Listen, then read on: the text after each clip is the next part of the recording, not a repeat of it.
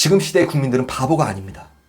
경찰은 실체적 진실을 밝혀야 할 것이고 신속한 수사보단 신중한 수사를 통해 손군의 유가족뿐만 아니라 전 국민을 이해시키더라도 본전인 사건입니다. 만약 이해시키지 못한다면 비난을 피할 수 없을 것입니다. 그게 바로 국민을 위한 경찰의 존재 이유이기 때문입니다.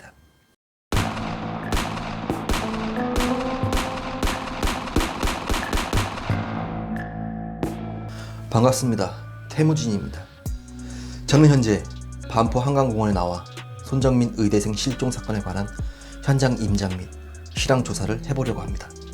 전직 형사가 말해주는 현재 경찰이 밝혀야 하는 것들, 의문점들을 차례차례 공개하겠습니다. 오늘은 국가수에서 발표한 손군의 익사에 대해서 말씀드리겠습니다. 현재 각종 커뮤니티에서 갑론을박이 난무하고 가짜뉴스와 조작된 영상들이 판을 치고 있습니다. 저는 언론에 발표된 경찰 수사에 대해서 명백히 드러난 팩트만을 가지고 합리적인 의심과 이야기를 하겠습니다. 국가수에서 발표한 부검 결과 익사로 추정된다 라고 했습니다. 저는 전직 형사로서 수많은 부검 결과 해보서를 받아왔고 국가수에서는 예전부터 단정짓는 이런 말들을 보고서에 적시하지 않았습니다. 예를 들어 사인은 익사입니다 라고 한다면 다른 만약의 사태를 배제할 수 없고 부검 집도의 역시 신이 아니기에 단지 추정일 뿐 다른 가능성을 열어놓는다는 의미에서 추정된다는 표현을 사용한 것 같습니다. 전 국민이 지켜보고 있다는 생각에 부담감이 될 수도 있는 발표라 더욱 신중했던 것 같습니다. 실제로 본인이 현직에 있을 당시 수많은 물에서 발생한 변사체를 접했고 물에서 건져진 대부분의 시체는 부검을 진행하였습니다. 담당 형사로서 수많은 국가수 부검에도 참관했었습니다.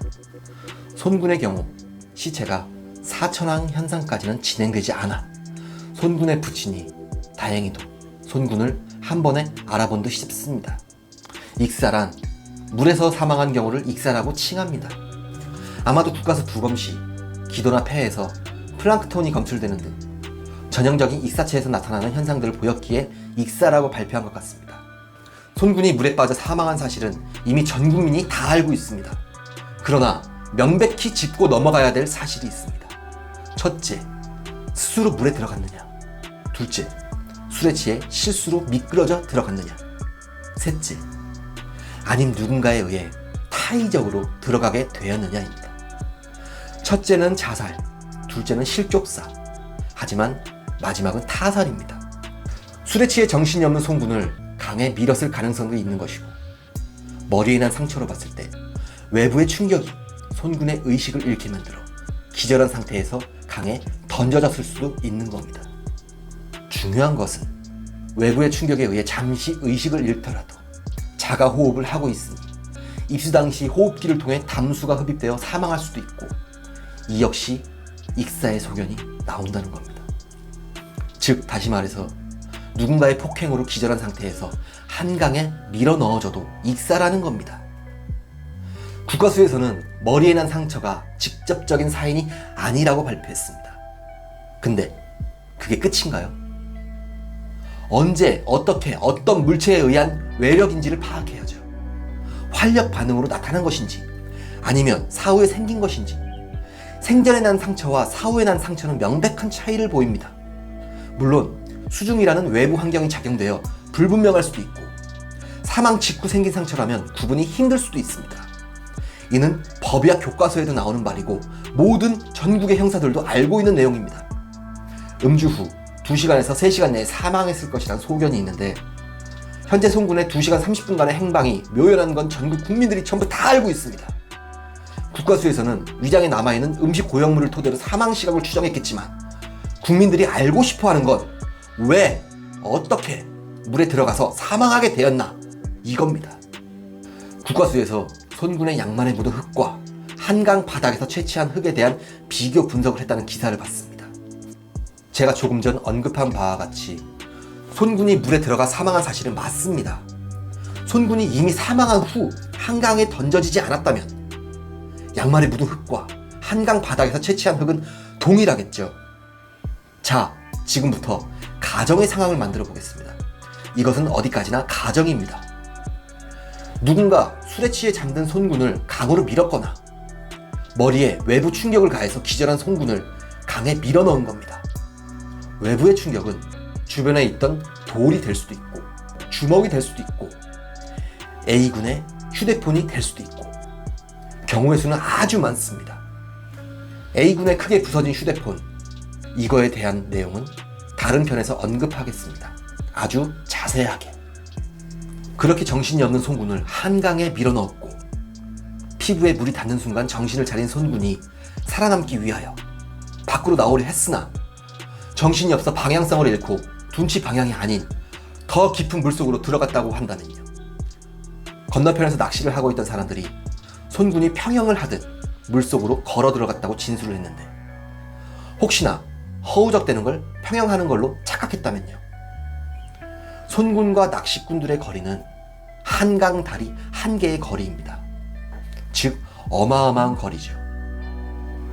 거기다가 시야가 확보되지 않는 어두운 새벽이었고 지금 영상에서 보시듯이 낮인데도 한강 건너편에 있는 사람이 점으로 보일 정도로 어떠한 행동을 하는지 자세하게 알 수 없을 정도로 거리가 굉장히 멉니다. 가정한 사실대로라면 손군의 죽음은 실족사가 아닌 타살인 겁니다. 물론 전부 가정일 뿐입니다. 단정 짓지 말고 모든 가능성을 열어놓고 생각하자는 겁니다. 계속해서 이 상태로 사건이 진행된다면 손군은 아마 실족사로 결론 내려져 범죄 혐의점이 없다는 이유로 내사 종결될 것입니다.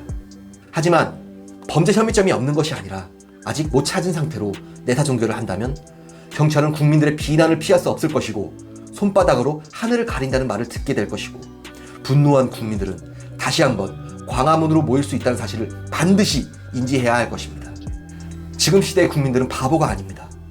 경찰은 실체적 진실을 밝혀야 할 것이고 신속한 수사보단 신중한 수사를 통해 손군의 유가족뿐만 아니라 전 국민을 이해시키더라도 본전인 사건입니다. 만약 이해시키지 못한다면 비난을 피할 수 없을 것입니다. 그게 바로 국민을 위한 경찰의 존재 이유이기 때문입니다.